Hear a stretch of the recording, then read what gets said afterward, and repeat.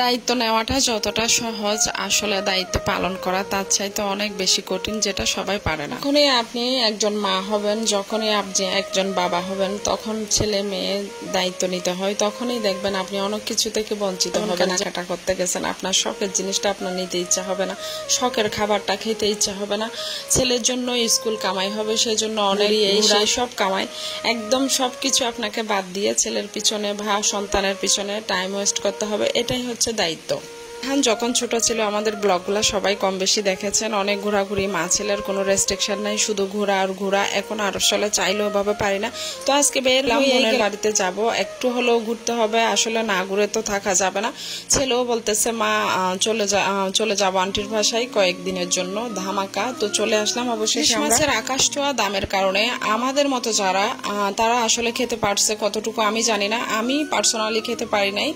মাসে 6 মাসে বছরে ওরকমই খাওয়া হয়েছে। তো যাই হোক, বোনের বাসায় অনেকগুলো ইলিশ মাছ নিয়ে আসছে আমার বোনের জামাই, প্রায় হচ্ছে 15,000 টাকার ইলিশ মাছ, সবকিছু মাছ আরো বিভিন্ন মাছ উনি এনেছে, সবকিছু মিলাইয়ে 20,000 টাকার উপরেই উনি মাছ, শুধু মাছ কিনেছে। তো আমরা সবাই কেটে কুটে নিলাম, আর মাছ মাংস সবকিছুই রান্না হবে আজকে। রায়হান পছন্দ করে অলওয়েজ টাইম মাছ, আর আমি পছন্দ করি ভুনা করে। তো ইলিশ মাছ কিন্তু ঝোল করে আমার মনে হয় না খুব একটা মজা লাগে, আসলে আছে সবাই এক একজন এক এক ভাবে খাই, রায়হান দাদা এরকম খাইতো।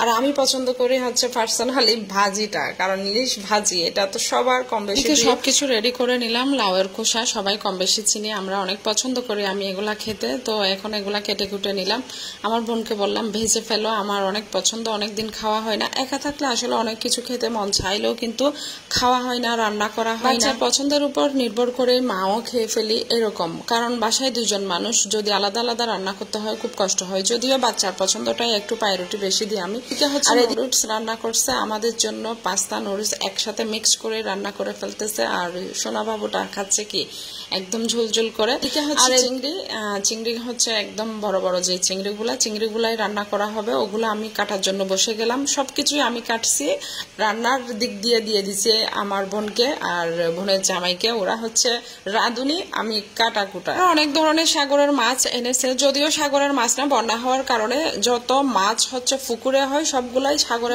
মাছ ফ্রোজেন করে রেখেছে, আর যেগুলা রান্না করার ওগুলা রান্না করার জন্য প্রসেসিং করে নিয়ে নিছে, আর রান্নাও হয়ে যাচ্ছে। অনেকে আমাকে জিজ্ঞেস করেছেন ইলিশের কত করে নিয়েছে আপু, অনেকে ইলিশের দাম সম্পর্কে জানতে চেয়েছেন। আসলে ইলিশ তো আমি খুব কম মানে নি বললেই চলে। আমার বোন বা বোনের জামাইরা বা ভাটিয়ারের ওইদিকে ওরা কিন্তু অলওয়েজ টাইম ইলিশ কিনে, অলওয়েজ টাইম খায়। তো এরা জানে, এরাই মাঝে মাঝে আমার জন্য পাঠায়, আমি কিনতে হয় না, মাঝে মাঝে এরা পাঠাইলে ওগুলাই খাই ওরকমই। তো ইলিশের দাম আমার যদি ভুল না হয় তাহলে বড় যেগুলা ওগুলা হচ্ছে 1200 করে নিয়েছে, আর যেগুলা হচ্ছে একটু ছোট দুইটা 1 কেজিতে ধরে ওগুলা 600 করে।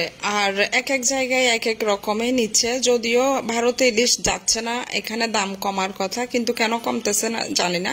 তো ভালো থাকেন, সুস্থ থাকেন, আল্লাহ হাফেজ।